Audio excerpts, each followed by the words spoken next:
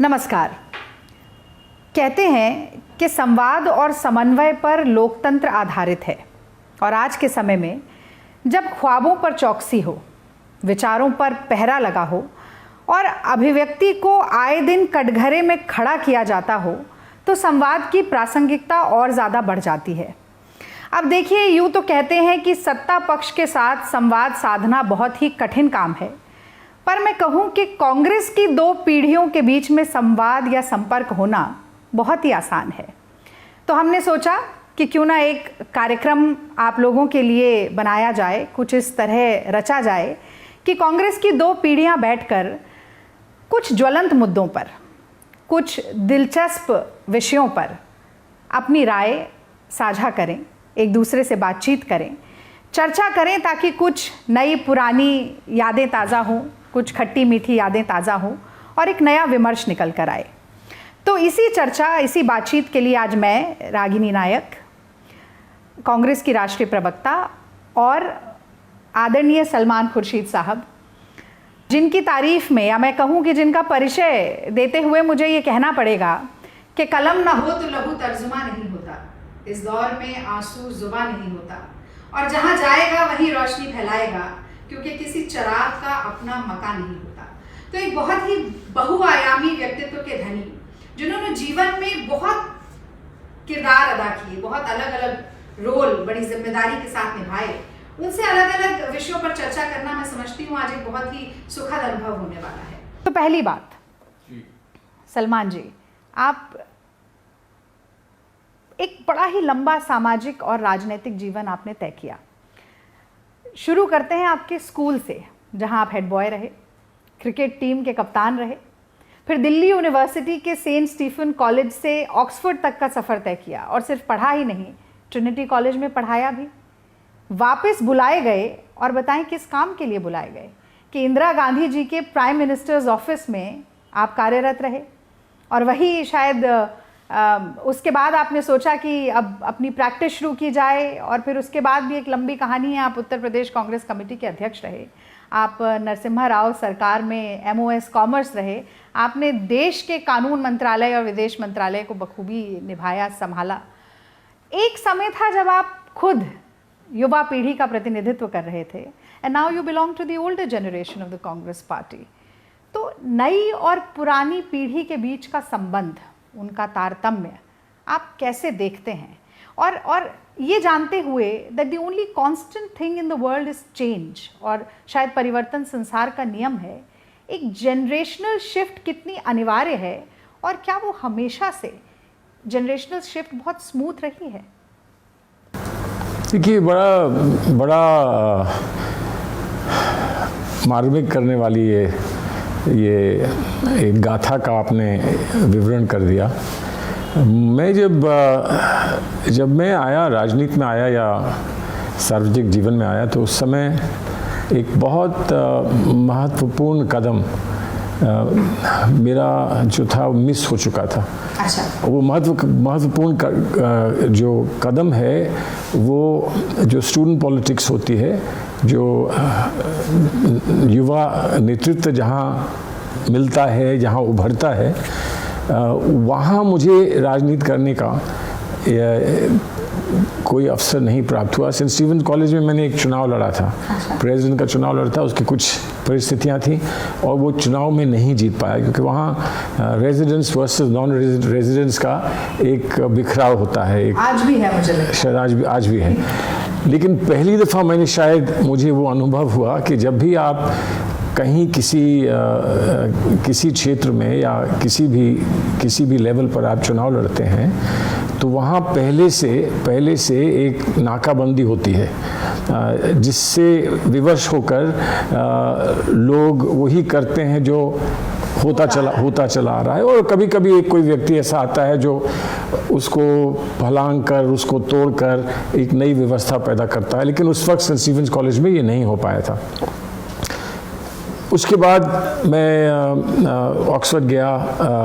Oxford में मुझे अपने काम करने में बड़ी रुचि थी, मुझे बहुत आनंद आया रिसर्च काम में, और मैं कभी कभी ये सोचता था कि मैं अब ऑक्सफोर्ड से शायद वापस नहीं लौटूंगा। अगर भारत से इतना मुझे लगाव ना होता, घर से लगाव ना होता, तो मैं फिर ऑक्सफोर्ड नहीं रहता।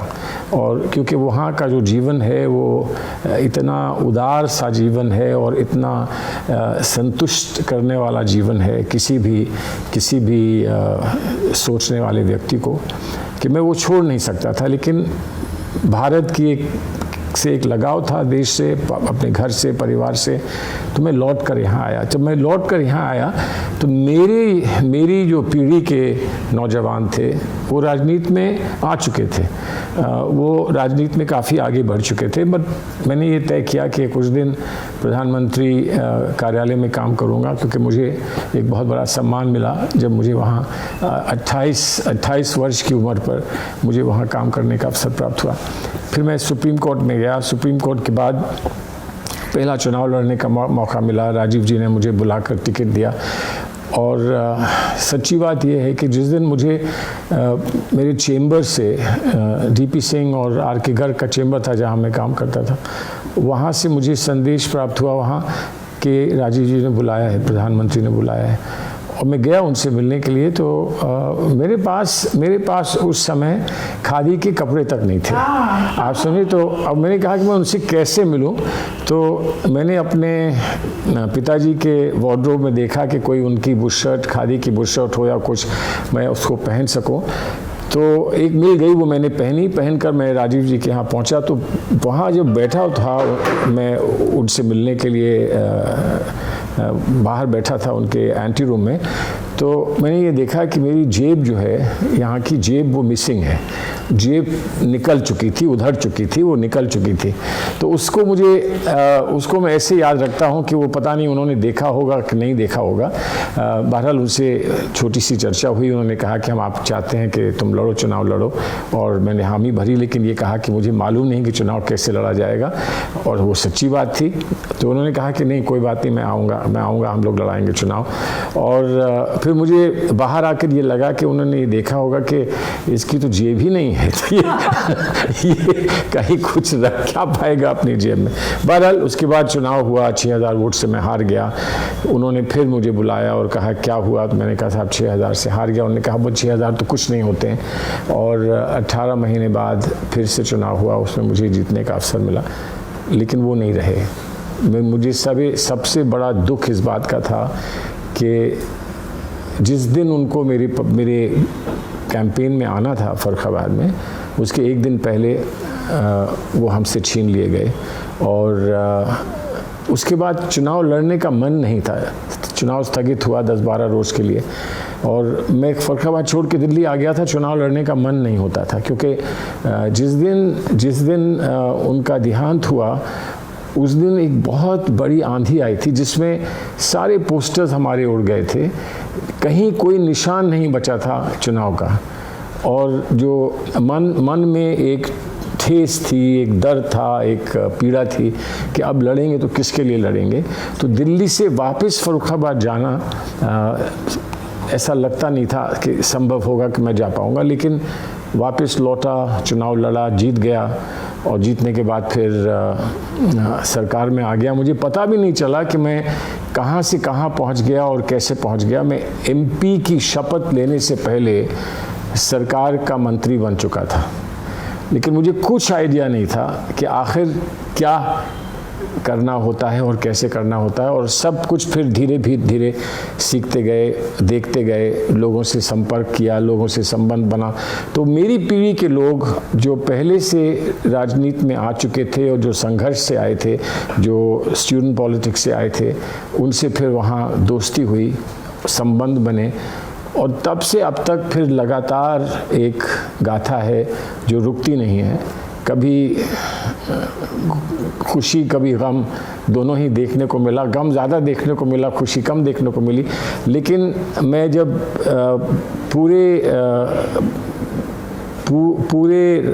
अपने मार्ग का अगर एक बार फिर से अपनी आँखों को दौड़ाकर देखने का प्रयास करूं, तो ये लगेगा कि बहुत जल्दी सब कुछ हो गया। पलक झपकते सब कुछ हो गया। बहुत कुछ करने को मिला, बहुत कुछ सीखा, बहुत कुछ देखा, लेकिन बहुत जल्दी चला गया सब कुछ। जब आप स्कूल में थे सोचते थे कि बड़ा होकर मुझे बनना है, तो वो क्या छवि होती थी, क्या बनना, मतलब स्वतः ही स्कूल में देखिए सच्ची बात यह है कि जो स्कूल में मैं था तो मैं बहुत कुछ बनना चाहता था। मैं मेरे पिताजी मुझे कहते थे, अब्बू कहते थे कि सबसे पहले तुमने ये कहा था कि तुम एक इंजन ड्राइवर बनना चाहते हो, ट्रेन के ड्राइवर बनना चाहते हो। लेकिन जो मुझे याद है वो ये था कि मैं एयरफोर्स का पायलट बनना चाहता था। अच्छा। सबसे पहले, और एयरफोर्स के पायलट के बाद मैं ये चाहता था कि किसी अच्छी यूनिवर्सिटी से मुझे डिग्री मिल सके, और अंत में मैं कहीं ना कहीं राजनीति में अपने आप को देखता था। और मैं डिबेटिंग करने में, कभी कभी शीशे के सामने खड़े होकर आदमी कुछ रचना बनाता है कि अगर मैं राजनीति में होऊंगा तो मैं क्या कहूँगा, कैसे कहूँगा।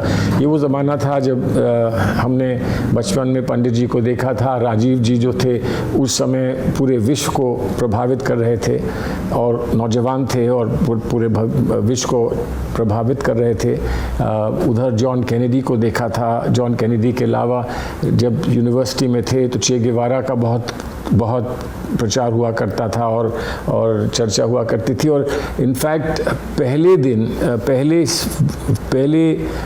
साल में बीए के पहले वर्ष में एक प्ले हुआ था सेंट स्टीफेंस कॉलेज में, जो कपिल सिब्बल जी ने डायरेक्ट किया था। वो डायरेक्टर थे, वो आए थे लॉ फैकल्टी से वापस लौट कर आए थे प्ले को डायरेक्ट करने के लिए। यूनिवर्सिटी यूनियन का प्ले था, कॉलेज यूनियन का प्ले था, और वो चे के बारे में था। और उसमें मैं एक गवर्नमेंट एजेंट था जिसने चे को मारा था। लेकिन बहरहाल सहानुभूति तो चे के साथ थी, और चे का उस वक्त बड़े बड़े लाल पोस्टर्स चे के लगा करते थे। तो आज भी है वो स्टार के साथ, तो आज भी है। तो और फिर मुझे यूनिवर्सिटी में सबसे पहले किससे दोस्ती हुई? मेरी सबसे पहले दोस्ती मेरी अपने क्लास में सफ्तर हाशमी से हुई थी। मुझे नहीं मालूम था कि ये क्रांतिकारी है, लेकिन उसके साथ बैठकर जब भी बात हुआ करती थी तो ये अवश्य लगता था कि ये कुछ और लोगों से अलग है। अब वो क्या अलग है, कितना अलग है, लेकिन बहुत सारी चीज़ें हैं जिन पर हमको बड़ा विश्वास था, जिन पर वो प्रश्न चिन्ह लगाया करता था। सत्याग्रह पर वो प्रश्न चिन्ह लगाता था। पीसफुल एजिटेशन को वो कहता था कि इससे कहीं कुछ नहीं होगा, तुम लोग सब बंधे हुए हो, तुम लोग सब बंधुआ मजदूर हो। क्योंकि वो एक क्रांतिकारी, उसका एक विज़न था। मुझे नहीं मालूम था कि एक दिन बढ़कर उस बेचारे के साथ ऐसा होगा जैसा हुआ, और कि वो एक कई जनरेशन्स के लिए एक प्रेरणा स्रोत बन जाएगा। क्योंकि बात पीएमओ की भी हुई, आपने एक लेख लिखा था 2009 में, द वीक में वो छपा, जिसमें आपने लिखा कि इंदिरा जी नए विचारों का बहुत स्वागत करती थी और नए लोगों को मौका देती थी। और जैसा हम सब जानते हैं आपके बारे में कि डॉक्टर अर्जुन सिंह गुप्ता ने आपको बुलाया, जो कि इकोनॉमिक एडवाइज़र थे इंदिरा जी के। आप आए, फिर आप उस लेख में ये भी लिखते हैं कि जो उस समय की ब्यूरोक्रेसी थी वो बड़े कड़े नियम कायदे वाली थी, आप नए थे, और जैसा कि वो उस गाने में भी है कि हम हैं नए, अंदाज क्यों हो पुराना। तो आपका कुछ अंदाज नया था, निराला था, और जो रिजिडिटी थी उसको आपने थोड़ा तोड़ने की कोशिश भी की वहाँ पर, जिसको इंदिरा जी ने सपोर्ट भी किया, उसको अप्रिशिएट भी किया, करती थी। देखिए तो जो एक इंदिरा जी की छवि है, एक आयरन फिस्टेड अप्रोच वाली, उसके बिल्कुल ही विपरीत आपके जो विचार थे कि ऐसा नहीं है, वो नई चीज़ ऐसी। देखिए वो अब किसी विषय पर उनकी आयरन फिस्टेड और स्टील वुमन वाली जो छवि थी, वो कारगर होती होगी और रही होगी, और उसको आज तक लोगों का समर्थन प्राप्त है। लेकिन एक ह्यूमन एलिमेंट था। देखिए जो असल कॉम्बिनेशन था इंदिरा जी में, वो ये था एक अजीब सा अपनापन, जो कहीं किसी के घर की बड़ी महिला के साथ होता है। अच्छा। कोई माँ हो, कहीं नानी हो, दादी हो, चाची हो, वो था उनमें। और दूसरी तरफ एक ये लार्जर देन लाइफ उनकी जो एक इमेज थी, उनकी जो छवि थी, पर दोनों बहुत अच्छी तरह इंटीग्रेटेड थी। उनके साथ ऐसा कभी नहीं लगा कि मैं एक तुच्छ सा व्यक्ति कहाँ इंदिरा जी के सामने बैठकर कुछ कह सकता हूँ। वो निकलवाती थी अच्छी अच्छी बातें, और कभी ऐसा नहीं लगा कि तुम अभी छोटे हो, चुप रहो, उनको बात करने दो। लेकिन तब भी इन सब चीज़ों के बावजूद मुझे ऐसा लगा कि यहाँ जो भी होगा वो बहुत धीमी गति से होगा, और यहाँ मैं कब तक रह पाऊँगा। और इसलिए एक दिन मैंने जाके अर्जुन सेन गुप्ता से कहा कि मुझे जाने दीजिए, मुझे प्रैक्टिस पे जाने दीजिए, मुझे सुप्रीम कोर्ट जाने दीजिए। मैं यहाँ मुझे यहाँ घुटन इस बात की होती है कि मैं ऑक्सफर्ड से आया हूँ। ऑक्सफर्ड में आपको किसी को कुछ जवाब नहीं देना होता है, और यहाँ पर एक सिस्टम तो है ना, एक फाइल का सिस्टम है, एक प्रोटोकॉल का सिस्टम है, एक लाइन का सिस्टम है। वो सब ऑक्सफर्ड में मुझे उसका कहीं दूर दूर तक कोई अनुभव नहीं था, ना कोई अंदाज़ा था, और ना ही उसकी कोई ट्रेनिंग थी। तो यहाँ मुझे ऐसा लगता था कि मुझसे junior deputy secretaries, under secretaries इतना कुछ समझते हैं, जानते हैं, फाइल वर्क जानते हैं, यहाँ पर किस तरह से संवाद होता है वो जानते हैं। मैं तो बिल्कुल नहीं जानता था, मुझे तो सिर्फ ऑक्सफर्ड के जो ट्यूटोरियल्स हैं उनका संवाद याद था। तो इसलिए मुझे ऐसा लगता था कि मुझे यहाँ से निकलना होगा। लेकिन एक बात मैं आपको यहाँ रोकता हूँ, ये आपने सारे प्रश्न मेरे जीवन के बारे में पूछ लिए। मेरा जीवन गुजर गया है, बहुत कुछ गुजर गया है, और जिस तरह से आपने उसको डिस्क्राइब किया तो कहीं ऐसा ना लोगों को लगे कि एक आखिरी पड़ाव पर हम लोग पहुँचे हैं। अभी बहुत कुछ आगे करने की इच्छा है, चेष्टा है, इच्छा है। लेकिन एक बात ये पूछना चाहूँगा कि ये समय निकल गया जिसकी अभी हमने चर्चा की है, लेकिन जो हमारी नई जनरेशन है हमारी पार्टी की, और आपकी बाद की भी जनरेशन है, लेकिन जो आप लोगों की जनरेशन है उसने हमको कैसे देखा होगा, या हमसे क्या कुछ अपेक्षा की होगी, और करके वो अब कहाँ पहुँचे हैं और आज क्या सोचते हैं। आज हमारे बहुत नौजवान नेता हैं, राहुल जी हैं, प्रियंका जी हैं, बहुत नौजवान नेता हैं जो आयु में और शायद विचारधारा में, सोच में आप लोगों से ज़्यादा करीब हैं, क्योंकि वो जो एक नौजवान की चेष्टा और नौजवान की जो एक सोच होती है उसका और अनुभवी लोगों में कुछ ना कुछ अंतर अवश्य होगा। तो थोड़ा सा इस पर क्यों ना बात करें कि आप लोग हमें कैसे देखते हैं। देखिए, मैं अपनी बात करूं तो जहां से आपने छोड़ा था वहीं से शुरुआत करती हूं। आपने कहा कि आपने जो मिस किया, मैं कहूँगी वहीं से मेरी शुरुआत हुई। वो छात्र राजनीति थी, छात्र जीवन। और मुझे ऐसा लगता है कि किसी भी नौजवान व्यक्ति के लिए सबसे पहली सामाजिक चेतना और राजनीतिक गतिशीलता उसे यूनिवर्सिटी या कॉलेज में ही मिलती है, क्योंकि स्कूल में एक बहुत ही प्रोटेक्टेड एनवायरनमेंट रहता है, आपका एक पर्टिकुलर सिलेबस है, वो पढ़िए, एग्ज़ाम पास कीजिए। पर एक जो कैंपस लाइफ में जो एक्सपोजर आपको मिलता है वो आपको स्टूडेंट एक्टिविज्म के साथ साथ सोशल रिस्पॉन्सिबिलिटी की तरफ भी ले जाता है, और बहुत सी नई चीज़ सीखने को मिलती है। उस समय में जब मैं छात्र राजनीति में रही करीब 10 साल, दिल्ली विश्वविद्यालय छात्र संघ की अध्यक्ष भी बनी, तब 3 लोगों ने मुझे सबसे ज़्यादा प्रभावित किया जो समय समय पर NSUI के इंचार्ज रहे। एक ऑस्कर फर्नांडिस जी थे, एक अशोक गहलोत जी थे, और एक मुकुल वासनिक जी थे। और तीनों लोगों ने एक बात सिखाई जो सिर्फ मुझे नहीं, उस समय के NSUI यूथ कांग्रेस के तमाम सैकड़ों हज़ारों लोग जो आज निकल के कोई MP है, कोई मिनिस्टर है, कोई MLA है, अलग अलग जगह पर कांग्रेस का नेतृत्व कर रहे हैं। उन्होंने कहा कि 2-3 चीज़ें समझना बहुत ज़रूरी है। पहली बात ये कि आप जिसका भी प्रतिनिधित्व कर रहे हैं उस व्यक्ति के अधिकार सर्वोपरि हैं, और अगर उन अधिकारों का हनन होता है तो आपको भले ही अपनी ही सरकार के खिलाफ क्यों ना बोलना पड़े, आवाज़ ज़रूर उठानी चाहिए। ऐसे समय में मैं आपको एक छोटा सा उदाहरण भी देती हूँ कि मेट्रो नई 2005 में शुरू हुई थी दिल्ली में। तब बहुत ये डिमांड थी स्टूडेंट्स की कि मेट्रो पास भी शुरू किया जाए। दिल्ली सरकार, जब शीला जी उस वक्त मुख्यमंत्री थी, उनका कहना था कि एक बार अगर पास सिस्टम शुरू हो जाता है तो हर चीज़ को सब्सिडाइज करना पड़ता है, फिर जो रेवेन्यू जनरेट होना चाहिए वो नहीं हो सकता है वो। लेकिन हमने कई बार एजिटेशन की, बहुत बार प्रोटेस्ट की। हम NSUI कांग्रेस का विंग है, हमारी मुख्यमंत्री थी, लेकिन हमने कहा कि नहीं, छात्र चाहते हैं तो ऐसा हो। वो पहली सीख थी, वो मुझे लगता है आज भी लाजमी है। आपने सफदर हाशमी की बात की, उस समय जब हम NSUI में थे हमें अनहद के ट्रेनिंग कैंप्स में ले जाया जाता था।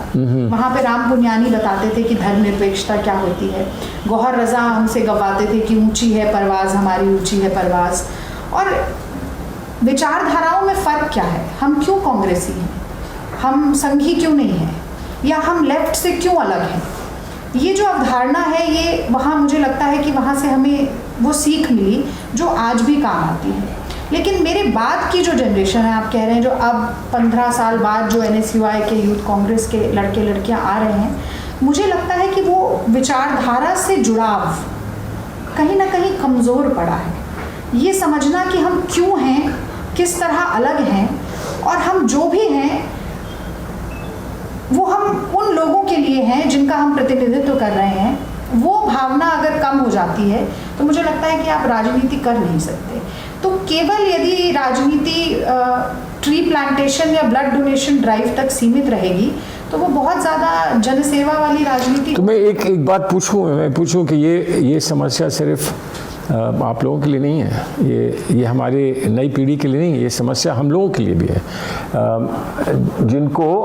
जिनके लिए ये कहा जाए कि हम तो 20-30 साल के 40 साल के अनुभव के बाद इस स्थान पर पहुँचे हैं जहाँ हम आज हैं।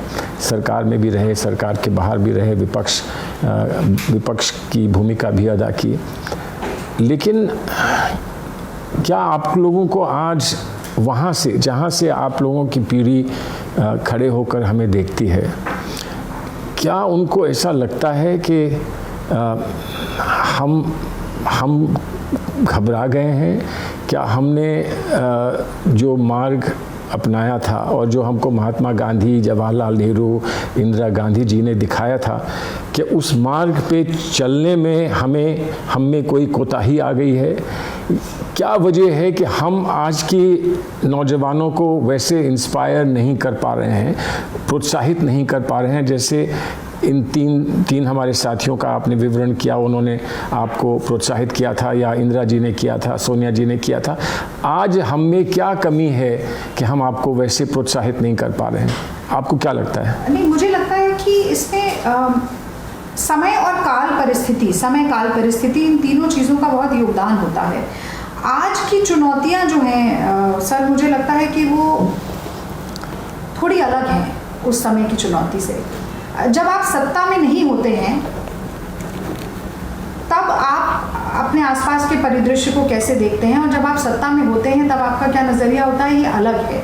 मुझे लगता है जो मेरी जनरेशन है या मेरे बाद की जनरेशन है वो विपक्ष में रहकर काम कर रही है, और लगातार जब विपक्ष में रहकर अगर हार का मुंह देखना पड़ता है तो हौसला पस्त होता है। और मुझे लगता है कि कहीं ना कहीं आज ये जो द्वंद्व है, जो ये कहा जा रहा है कि does the Congress want to play a second fiddle to the communal politics of divisive politics of BJP and Sangh, तो एक ये जो डिलेमा आ गया है कि हम क्या करें, हम बार बार क्यों हार रहे हैं, क्या हम जिस विचारधारा की धुरी पे चल रहे थे वो गलत है, क्या हम इन जैसे हो जाएं तो हम शायद जीतने लगेंगे, या हम प्रो पुअर एजेंडा की इतनी बात करते हैं। हम सोनिया जी यूपीए 10 साल एक राइट्स बेस्ड रिजीम चलाया गया, उसके बाद भी हम हार गए। आरटीआई लेके आए, हम मनरेगा लेके आए, हम फूड सिक्योरिटी लेके आए, राइट टू एजुकेशन लेके आए, फिर भी हम हार गए।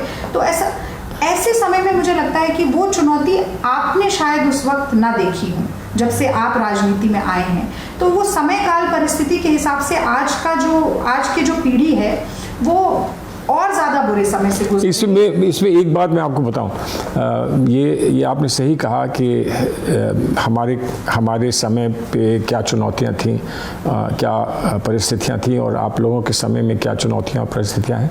लेकिन मैंने जब प्रवेश किया राजनीति में तो ये सारी परिस्थितियां उत्तर प्रदेश में बिगड़ना शुरू हो गई थी।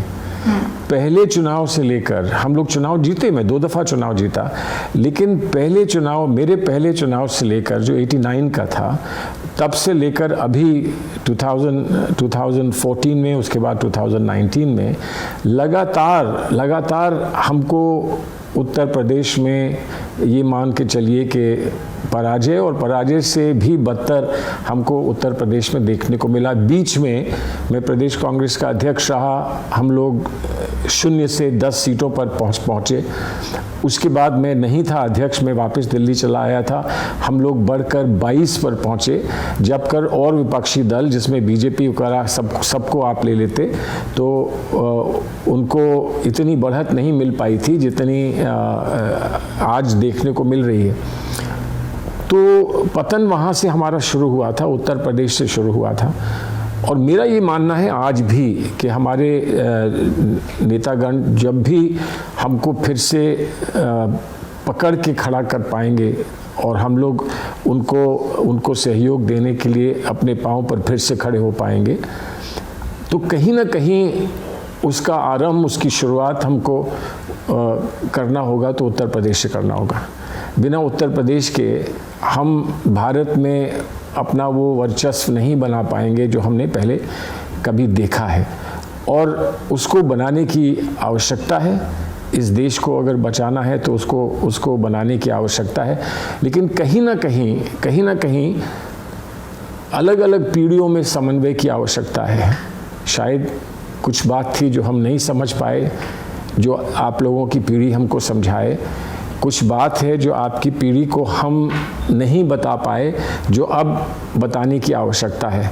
लेकिन कहीं ना कहीं जैसे आज हम यहाँ बैठे हैं, इस तरह से हमको बैठना होगा। बिल्कुल, आप ठीक। और एक बार नहीं, 1000 बार बैठना होगा, जब तक कि हम लोग सब ना समझ जाएं कि अब हमें क्या करना है। और ये हम लोगों का दायित्व बनता है, इस देश के प्रति ये हमारा दायित्व बनता है कि हम इकट्ठे होकर कुछ इस देश को करके दिखाएं। और करके दिखाएं का मतलब ये है कि एक बार फिर इस देश में हमें ये दृश्य ना देखना पड़े कि भूखे, नंगे, बेसहाय लोग सड़क पर इसलिए चल रहे हैं कि हमारी व्यवस्था जो है उसके बाहर हमने उनको रखा है। कहीं ना कहीं बाहर रहे हैं, छुपे हुए रहे हैं, हमने उनको देखा नहीं। आज सड़क पर वो आ गए तो हमारी ये मजबूरी है कि हम उनको देख रहे हैं। लेकिन कहीं अगर ऐसा है तो कहीं ये भी है कि वो लोग, मिडिल क्लास के लोग भी कहीं ना कहीं बेबस हैं, असहाय हैं, अपने बच्चों को अच्छे स्कूल में पढ़ा नहीं सकते, अपने बच्चों को अपने रोज़गार का प्रबंध नहीं कर सकते। तो कुछ ना कुछ कहीं बिगड़ा है। और मैं ये समझता हूँ, और इसको नौजवान कैसे देखें, कि हमने बहुत दूर तक सोशलिज्म को, समाजवाद को ढकेल दिया। इस देश को समाजवाद से, इंदिरा जी की सोशलिज्म से बहुत कुछ मिला है। और अभी हम शायद उतने तैयार नहीं हुए थे एक फ्री इकोनॉमी के लिए जितना हम लोगों को मजबूरी में शायद हमको अपनाना पड़ा। कहीं ना कहीं जो मॉडल बनाया था डॉक्टर मनमोहन सिंह के समय बना था, मुझे एक अपॉर्चुनिटी मिली थी उनके साथ काम करने के लिए, जो सोनिया जी ने जो नेशनल एडवाइजरी काउंसिल में जिसका परिप्रेक्ष्य समझाने की कोशिश की थी पार्टी को, कि राइट्स बेस्ड एंटाइटलमेंट, एम्पावरमेंट हमारे मुल्क में हम लोग कैसे करेंगे। और जिसका विरोध किया आज की जो उस समय उसने इस बीजेपी ने विरोध किया, बहुत सारी प्रदेश की सरकारों ने उसका विरोध किया, ये समझ के कि शायद हम पीछे की तरफ देख रहे हैं, हम आगे की तरफ नहीं देख रहे हैं। और वहीं कहीं एक बहुत बड़ी कमी हुई। और मैं पर्सनली मानता हूँ कि मंत्री की हैसियत से मेरे लिए अगर आप मुझसे ये पूछें कि सबसे बड़ा फेलियर आपका क्या रहा, तो मैं ये मानता हूँ कि इक्वल अपॉर्चुनिटी कमीशन हम इस देश को नहीं दे पाए। अगर वो हम देते तो एक पैराडाइम शिफ्ट इस मुल्क में होता कि हम लोगों को हिंदू, मुसलमान, बैकवर्ड, फॉरवर्ड और दलित की नज़र से ना देखते, हम उसको सिर्फ देखते कि इसको आगे बढ़ने का समान अवसर मिला है कि नहीं मिला है। और मैं उम्मीद करता हूँ कि आप लोग कभी अगली पीढ़ी आए, सरकार में आए, हमारी नई सरकार बने, बहुत समय बाद नहीं, जल्द बने हमारी सरकार, तो उसमें अगर एक बात की अपेक्षा मैं करूँगा आप लोगों से, तो इतनी ज़रूर करूँगा कि इक्वल अपॉर्चुनिटी कमीशन, सामान्य अवसर कमीशन अवश्य आप बनाएं। सर, मुझे लगता है ऐसा समय ज़रूर आएगा और जल्द ही आएगा। 2-3 चीज़ें यहाँ पर जो आपके ही वक्तव्य से बातें निकल कर आई हैं। पहली चीज़ तो ये, आपने कहा कि सोशलिज्म, और आपने कहा कि समाजवाद, आपने कहा कि कहीं ना कहीं संवेदना के स्तर पर लोगों से जुड़कर पॉलिसी बनाई जाए, ऐसे पॉलिसी इंटरवेंशन हो। मुझे लगता है कि पॉलिसी के अलावा आइडियोलॉजी बहुत ज़्यादा महत्वपूर्ण है। आपको लगता है कि जो एक आइडियोलॉजिकल स्टैंड कांग्रेस का रहा है या आप लोगों के समय पर रहा, उससे हम कहीं ना कहीं खिसकते गए, और ये भी एक बड़ा कारण है कि कांग्रेस पार्टी दुविधा में नज़र आती है। हम किसी चीज़ पर डटकर खड़े नहीं हो पाते, कोई स्टैंड नहीं ले पाते। और मतलब हालांकि ये भी कहा जाता है कि जो सेंट्रिस्ट पार्टीज होती हैं उनके साथ ये डिलेमा लगा रहता है। पर ये बहुत अच्छा प्रश्न है। एक चीज़ में और जोड़ूंगी सर, नेहरू जी ने 1936 में बॉम्बे क्रॉनिकल में एक आर्टिकल लिखा था जिसमें उन्होंने कहा कि bye lowering your standards even if you win an election, that doesn't count. You have to adhere to the principles and the ideals, whatever the consequences. उस तरीके की राजनीति अब क्या उसकी कोई? देखिए, नेहरू जी जैसा ही व्यक्ति ये कह भी सकता था। हम लोग ये कहें तो हम तो बिल्कुल नकार दिए जाएंगे। ये एक विडंबना है हमारे लिए, आज के समय में ये विडंबना है। लेकिन जो आइडियोलॉजी की विचारधारा की आपने बात की, मैं ये मानता हूँ कि हम अक्सर इस बात को भूल जाते हैं कि आइडियोलॉजी अपनी जगह है, और आइडियोलॉजी जो है उसमें कुछ थोड़ा बहुत अंतर आ सकता है, लेकिन जो कोर आइडियोलॉजी होती है वो बदलती नहीं है, ना बदलनी चाहिए। लेकिन एक सामरिक नीति, एक स्ट्रैटेजी आइडियोलॉजी के साथ भी होती है।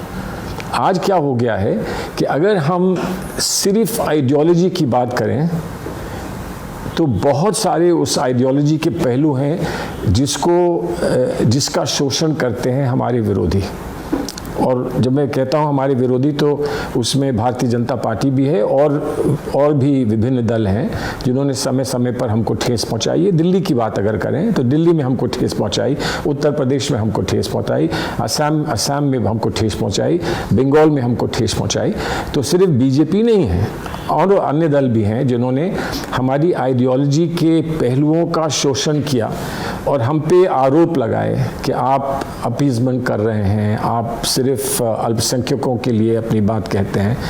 तो एक वो जो व्यवस्था लोग बना रहे थे या वातावरण लोग बना रहे थे, और दूसरी ओर उसको कंटेन करने के लिए, उस पर अंकुश लगाने के लिए क्या सामरिक नीति होनी चाहिए, क्या स्ट्रैटेजी होनी चाहिए। लेकिन स्ट्रैटेजी लगाने में हम ये भूल ना जाएं कि हमारी आइडियोलॉजी क्या है। तो मैं उसका एक उदाहरण देता हूँ। बम्बई में जो राइट्स हुए थे, श्री कृष्णा कमीशन की रिपोर्ट आई थी, बड़ी अच्छी रिपोर्ट थी, और कमोबेश सब लोग जानते हैं कि राइट्स किसने कराए थे, क्यों कराए थे, उसका क्या लक्ष्य था और उसके परिणाम कैसे हुए, सब लोग जानते हैं। लेकिन बहुत लोग ऐसा कहते हैं कि चाहे वो बम्बई के राइट्स हों या वो गुजरात के राइट्स हों, आपने उतनी सख्ती से आप पेश नहीं आए और आपने जवाबदेही वैसे नहीं मांगी जैसे आपको मांगनी चाहिए थी। ऐसा लोग हम पे आरोप लगाते हैं। मेरा ये मानना है कि वो इसलिए नहीं था कि कहीं आइडियोलॉजी हमारी फीकी पड़ गई थी, वो सिर्फ इसलिए था कि ह्यूमन एक्सपीरियंस में आगे बढ़ना होता है। आपको पुराने घाव लेकर बैठ जाने में आगे बढ़ने का अवसर नहीं मिलता। तो कहीं ना कहीं रेकन्सिलिएशन, कहीं ना कहीं पुरानी बात भूलकर कहीं ना कहीं आगे बढ़ने का प्रयास करें, ताकि वो दरार हमेशा के लिए ना पड़ी रहे। एक जनरेशन को बिगाड़ने के बाद और एक जनरेशन को दुख देने के बाद वो लगातार एक जनरेशन के बाद दूसरी जनरेशन, तीसरी जनरेशन तक वो दुख पहुंचाती रहे, ऐसा ना हो। साउथ अफ्रीका में मंडेला ने ऐसा किया था कि हमको कुछ भूलना भी होगा, तब हम आगे बढ़ सकेंगे। तो इसको अगर हम सही परिप्रेक्ष्य में समझ लें, और हमारे वो लोग जो हमारे साथ थे और हमारी बात ना समझने की वजह से उन्होंने हमको छोड़ा, उत्तर प्रदेश में अपने प्रांत की बात कर रहा हूँ, अगर वो इसको अच्छी तरह समझ लें तो शायद हम एक बार फिर अपने रेनबो कोलिशन को ज़िंदा कर पाएंगे कि जब अलग अलग क्षेत्रों के और अलग अलग सोच के लोग लेकिन एक ही बंधन में बंधे हुए हों और वो हमारी आइडियोलॉजी का बंधन हो, तब शायद हमको आगे बढ़ने का एक अवसर मिलेगा। ये स्ट्रैटेजी की बात आपने की, पर if you look at the larger picture, मैं फिर से नेहरू को लेकर आऊँगी क्योंकि जब आप पुरानी पीढ़ी की बात करें तो नेहरू के बिना तो बेशक जब आइडिया ऑफ इंडिया ही जो है वो पूरा नेहरू की विचारों पर आधारित है जिसमें कांग्रेस पार्टी विश्वास रखती है, तो नेहरू खास तौर से ये बात कहते थे कि India is a composite country in many ways, in thoughts, in languages, in ways of life, in customs, traditions, so on and so fourth. And any attempt by the majority to impose itself on minority would lead to inner conflicts, which are as bad as outer conflicts.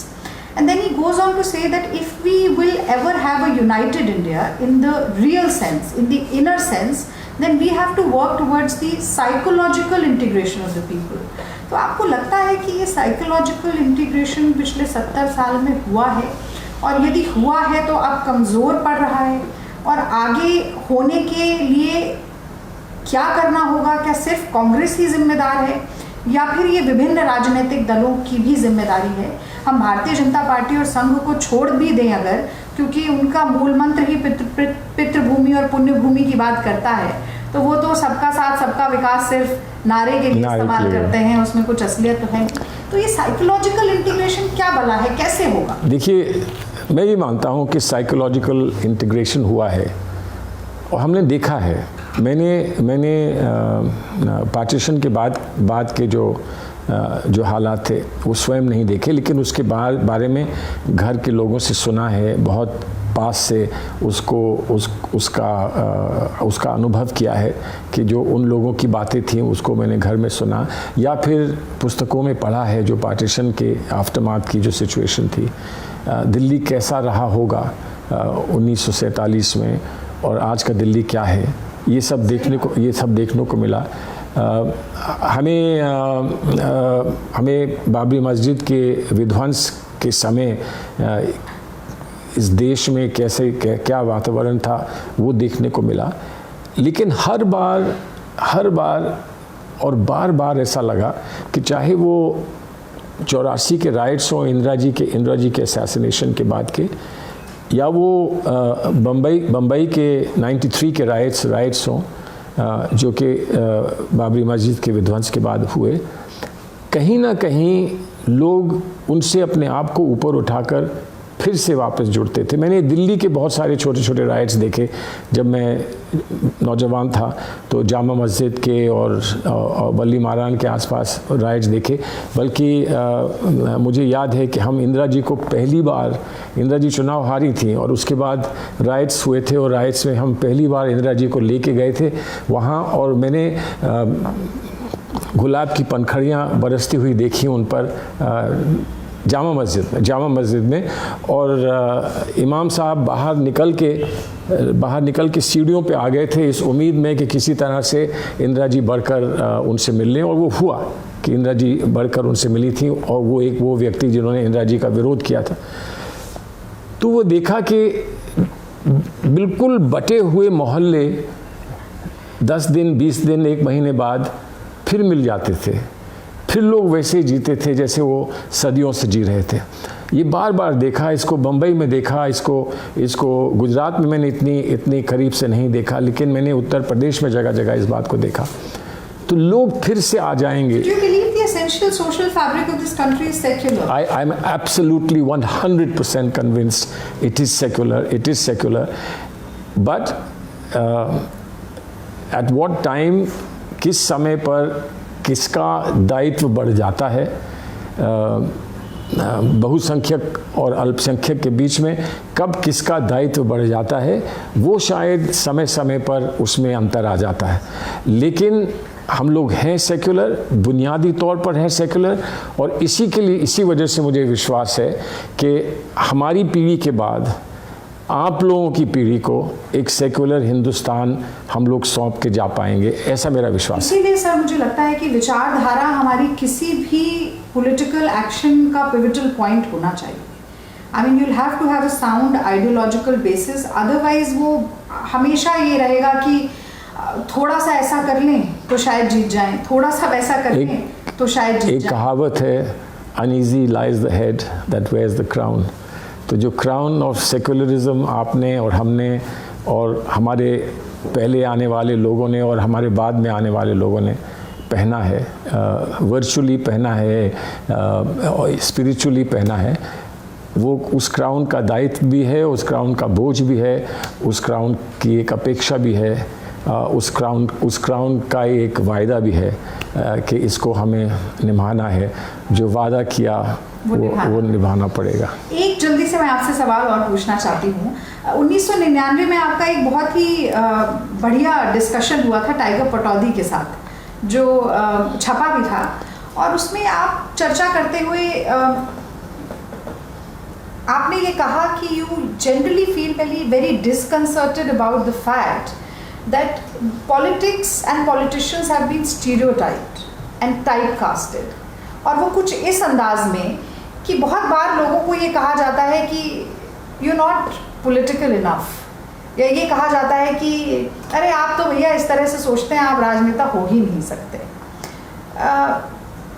To the extent that if a politician is upset about hypocrisy, or if a politician is upset about apathy or insensitivity or misuse or abuse of institutions, then people would turn around and say that probably you're too naive to be a politician. ऐसा ही कुछ अभी देखने को मिला जब सागरिका घोष ने राहुल जी से कहा, मतलब एक ट्वीट किया और ये बोला कि Rahul ji, why don't you remain the decent and humane person that you are and leave the party to be led by some smart and canny politician। तो ऐसे दौर में जब किसी राजनेता की आलोचना ये कहकर की जाती है कि आप बहुत सच्चे हैं, सीधे हैं, बहुत सरल हैं, आप नैतिक हैं, इसीलिए राजनीति छोड़ दीजिए और किसी ज़्यादा चालाक आदमी को करने दीजिए, वो हमारी राजनीतिक व्यवस्था के बारे में क्या कहता है? मतलब एक तो गांधी जी थे, वो कहते थे कि भाई नैतिकता ही सार्वजनिक जीवन का केंद्र है, politics without principle is a sin, और एक ये समय है जब जर्नलिस्ट कह रहे हैं भैया आप बहुत सीधे हैं, आपसे ना हो पाएगा। मेरा सिर्फ एक जवाब है इसका। मेरा जवाब ये है कि हमारा जो कन्विक्शन है कि अच्छे लोग और सुलझे लोग और थिंकिंग लोग राजनीति में रहें और ट्रूली इंडिपेंडेंट सोल्स राजनीति में रहें, वो बहुत, मैं समझता हूँ कि हमारे भविष्य के लिए वो बहुत नेसेसरी है, बड़ा इम्पोर्टेंट है। और जो लोग ये समझते हैं कि ऐसे लोग पॉलिटिक्स नहीं कर सकते या उन्हें पॉलिटिक्स नहीं करनी चाहिए, मैं सिर्फ यही कह सकता हूँ कि I feel sorry for them. हम ऐसे लोग अगर पूरी तरह से खो बैठेंगे तो ये कहने वाले जो हैं वो सबसे पहले सर पीट लेंगे कि हमने क्या किया, कि हमने ऐसे लोगों से कहा कि तुम पॉलिटिक्स से अलग हो जाओ। और फ्रैंकली मेरा ये एक छोटा मुंह बड़ी बात है, एक मैसेज है टू आवर लीडरशिप कि I just hope that these kind of statements will never make them feel that they are unwanted. India needs good people. मुझे तो लगता है कि इससे और हौसला और बढ़ना चाहिए, यकीनन बढ़ना चाहिए। अगर ये है उन लोगों, even in your detractors, I mean this is the perception that you've created. Absolutely. बस दिल में ये बात कहते हुए आगे निकल जाएं कि हम होंगे कामयाब। और सर मुझे एक बात लगती है जो आपको बोलना भी चाहिए, क्योंकि बहुत सारे नौजवान वकील भी और बहुत से नौजवान लोग जो राजनीति का हिस्सा हैं ये सुनना ज़रूर चाहेंगे। मैंने उसी की बात शुरू में भी की कि अगर आप लगातार हार रहे हैं तो कहीं ना कहीं आपका हौसला कमज़ोर पड़ता है। तो ऐसे में आपने पूछा कि हम किस तरह से प्रेरित करें, पर आप ये बताइए कि क्या सोच कर हमें ये आगे बढ़ते रहना है निरंतर, और ये मानना है कि, और ऐसा कर रहे हैं, मतलब आप देखिए कि बहुत सार्थक ना होते हुए, इस वक्त सक्षम ना होते हुए बहुत प्रदेशों में हमारी सरकार नहीं है। राहुल जी लगातार ये प्रयास कर रहे हैं कि वो देश दुनिया के बड़े से बड़े एक्सपर्ट से बात करें और सरकार को सुझाव देने का काम करें। प्रियंका गांधी जी ने तो बसें खड़ी करवा दी, लेकिन सरकार कहती रही कि 800 हैं कि 900 हैं कि 1000 हैं। तो there are some, I think this government wants to find a problem to every solution that the Congress party is presenting। फिर भी हम अपना काम कर रहे हैं। हमारे सैकड़ों लाखों कार्यकर्ता ऐसे हैं जो खाना भी पहुंचा रहे हैं, ऐसे समय में अपनी गाड़ी से भी लोगों को पहुंचाने का काम कर रहे हैं। पर बहुत से लोग ऐसे भी हैं जो थोड़े निराश होंगे। जो निराश होंगे उनको सिर्फ यही कहूँगा कि देखिए, ये गवर्नमेंट ही एक प्रॉब्लम है, एक विचारधारा है इस गवर्नमेंट से संबंधित जो प्रॉब्लम है, और हम प्रॉब्लम से लड़ रहे हैं। और कभी आपको ऐसा लगे कि अब मेरी उम्र देखिए 20 साल हो गए, 30 साल हो गए, उत्तर प्रदेश के नौजवान जो थे 30 साल पहले, उनकी बात कर रहा हूँ कि अब हम कब तक रहेंगे, अब हमारे बच्चों को हम क्या सौंप के जाएंगे। तो वो याद करें कि ऐसे इस दुनिया में वो लोग गुजरे हैं, जैसे नेल्सन मंडेला, जो 27 साल पूरा जीवन बिता दिया उन्होंने, और एक छोटे से कमरे में पूरा जीवन बिता दिया, लेकिन अंततः वो कामयाब हुए, सफल हुए। और ये समझ के कि सफल होना सिर्फ अनिवार्य नहीं है कि आप अपने जीवन में सफल हों, लेकिन आप अगर किसी के लिए ज़मीन बना जाएंगे कि वो सफल हो जाए, तो आपको इतिहास याद रखेगा। एक छोटी सी बात मैं और जोड़ूंगी, क्योंकि आपने ये कहा, जब मैं NSUI की राष्ट्रीय महासचिव थी तब राहुल जी हमारे प्रभारी थे, और एक बार एक बड़ी सी वर्कशॉप हुई जिसमें सभी राष्ट्रीय पदाधिकारी बैठे थे। तो राहुल जी ने अनायास ही पूछा, हुआ ऐसे आपके साथ कई बार मेरी चर्चा हुई है कि वो अनायास ही कोई अचानक से एक प्रश्न पूछते हैं। तो उन्होंने कहा कि who is a leader, tell me. तो किसी ने कहा कि लीडर इज़ अ पायनियर, किसी ने कहा लीडर वो होता है जिसके फॉलोअर होते हैं, किसी ने कोई जवाब दिया, किसी ने कुछ। राहुल जी ने कहा कि देखिए, नेता वो व्यक्ति है जो अपने पीछे और नेता बना जाए। वही बात आपने भी, किसी के लिए ज़मीन बनाने का काम करना। तो मुझे लगता है कि ऐसे समय में आपने कहा कैसे प्रेरित कर सकते हैं, नए लोगों को मौका मिले आगे बढ़ने का, अपने नेतृत्व को संवारने का, अपनी प्रतिभा को दिखाने का, लेकिन बड़ों के अनुभव के साथ। क्योंकि जैसा कि घर में भी होता है, जब तक बड़ों से हमें सीख नहीं मिलती, हम जीवन में आगे बढ़ नहीं सकते। दो शब्द हैं, ज़मीर, ज़मीन। ज़मीर और ज़मीन लेकर हम आगे चलेंगे तो हम कामयाब होंगे, ऐसा मुझे पूरा विश्वास है। आज की चर्चा से बहुत चीज़ें सीखने को मिली और एक नया मार्गदर्शन भी मिला। आपका बहुत बहुत धन्यवाद सलमान सर। साथियों, देखिए, बहुत सी बार हमें ऐसा लगता है कि कहीं ना कहीं हम फंस गए हैं, आगे बढ़ नहीं पा रहे हैं, थोड़ी शिथिलता आ गई है, लेकिन उससे घबराना नहीं चाहिए। निरंतर अपनी मंजिल की तरफ आगे बढ़ते रहना चाहिए। और एक बात जो मैं आप सबसे कहना चाहती हूँ वो ये है कि असफलता एक चुनौती है, स्वीकार करो। क्या कमी रह गई देखो और सुधार करो। जब तक न सफल हो नींद चैन की त्यागो तुम, संघर्षों का मैदान छोड़ मत भागो तुम। कुछ किए बिना ही जय जयकार नहीं होती, कोशिश करने वालों की कभी हार नहीं होती। मुझे पूरा विश्वास है कि आज का ये संवाद आपको बहुत पसंद आया होगा। कोशिश रहेगी कि ऐसे ही बहुत से नए संवाद अलग अलग विषयों पर लेकर आपके साथ हम जुड़ सकें, क्योंकि एक नया रास्ता निकल कर आता है जब दो लोग बैठते हैं और कई विषयों पर, कई मुद्दों पर चर्चा करते हैं। एक नया नज़रिया निकल कर आता है और एक नई बात निकल कर आती है जो बहुत दूर तक जाती है। देखने के लिए बहुत बहुत धन्यवाद। और आगे भी यदि आप ऐसा कुछ करना चाहें तो हमने जैसे सोशल डिस्टेंसिंग को फॉलो किया, आप भी वैसा ही करें। इस कार्यक्रम के साथ जुड़ने के लिए आपका बहुत बहुत धन्यवाद, बहुत बहुत आभार। जय हिंद।